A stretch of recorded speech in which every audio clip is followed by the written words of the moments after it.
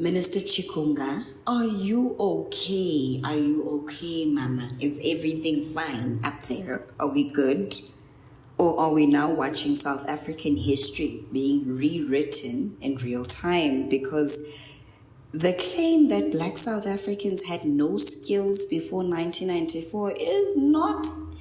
Mama, it's not it. It's not it, my love. It really isn't. Instead, it is deeply insulting to the generations of people whose labor built this country. Molini, and welcome to yet another episode of Conversations with Nkosi.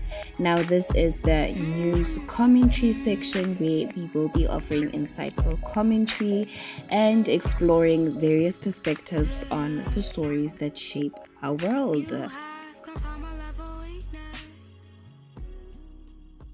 It's a complete overhaul, in the words of the president. Where are the artisans? Where are the plumbers? Where are the bricklayers?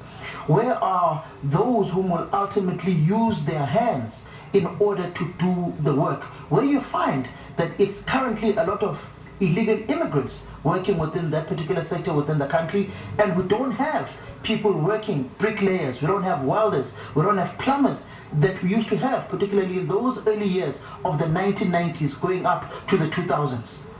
I don't know whether we had them in my area. We didn't have among the black community, I can tell you now, today.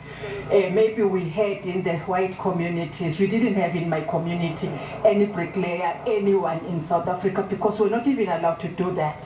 We didn't have the education that made us able to access such training. Within the country, you've got a SETA sector. Now, first and foremost, before I get into the facts, here's my response to this video, Minister. We're not just going to let this slide, because this is not a small slip of the tongue.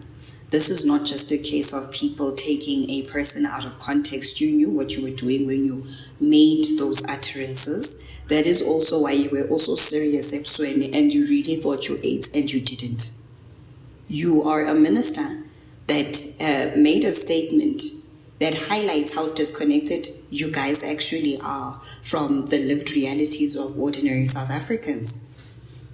And it also speaks to this growing trend that we're currently seeing from some ministers of Okongolose and the GNU as a whole of late, where it seems to be fashionable for you guys to fail to read the room. This level of tone deafness, that makes you guys sound completely disconnected from the people you claim to serve is not pretty, it's not cute, it's not fashionable, and if you're going to try and make a U-turn, it's late. It is late, it's quite late. This thing of being confident, because you've spent more time in the boardrooms as compared to being on the ground with actual South Africans, that thing must come to an end, in all honesty. Now let's get into the facts, and I'm going to try keep this simple.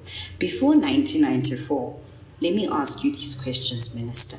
Who built the roads? Who built the railways? Who worked the mines? Who laid the bricks? Who built the townships, the factories and cities that still stand today? Black South Africans did. The skills were always there. The problem was never a lack of skill, my baby. The problem was a lack of access, recognition, and opportunity. And let's also just get into the historical truth.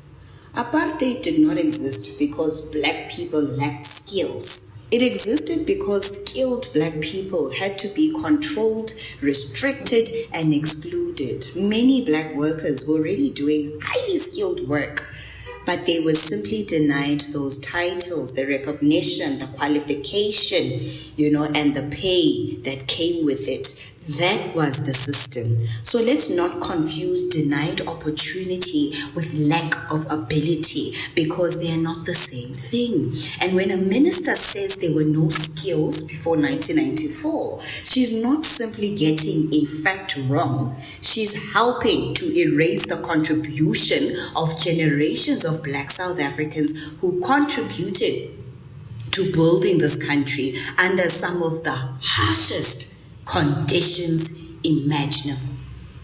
Now, what makes this whole thing worse? Family. is that this is not just some random comment from someone on social media. No, this is something a whole minister sent. And even after the reactions that she got from the public, she did not come out to retract her statements, which means those are her sentiments. We're talking about a minister, someone who's involved in the shaping of policy. We're talking about someone whose understanding of history influences how they understand the country's problems today. And if this is how she sees the past, then how exactly does she see the present? Because comments like these do not happen in a vacuum. They reveal a mindset.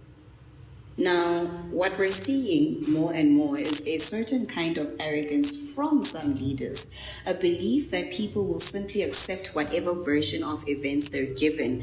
But then again, let me tell you, South Africans are not stupid, because people know that their parents built this country. People know that their grandparents built this country. People know the skills existed long before democracy was introduced here. What changed in 1994 was not the sudden appearance of talent, but what changed was access. What changed was opportunity. What changed was the removal of laws designed to keep Black South Africans locked out. And also, let's get into the public reaction, guys. I think I did touch on it a little, but this is why so many people reacted the way they did to this minister's utterances. We did not just take offense, we're concerned. Because statements like this make people question whether some leaders are becoming completely detached from reality, detached from history, detached from the struggles and sacrifices that brought us here, and perhaps most importantly, detached from the people themselves. So I'll ask this question again. Minister Chikunga, are you okay? Or are we witnessing another attempt to rewrite South African history in real time? Because when you erase the skills, the labor and contribution of Black South Africans before 1994, you're not just making a mistake. You are changing the story. And once leaders start changing the story, people have every right to question, to ask why. Was this simply ignorance, or does it reveal something deeper about how some of our leaders think? Guys, please do share your comments in the comment section. Remember to keep it respectful. We're not here to throw insults. Let's discuss this further. That marks the end of today's video. Thank you so much for lending your eyes and ears. I hope that you found today's video informative. Please do not forget to click on that subscription button or light the little notification bell so that you do not miss out on any new uploads. Nkosi.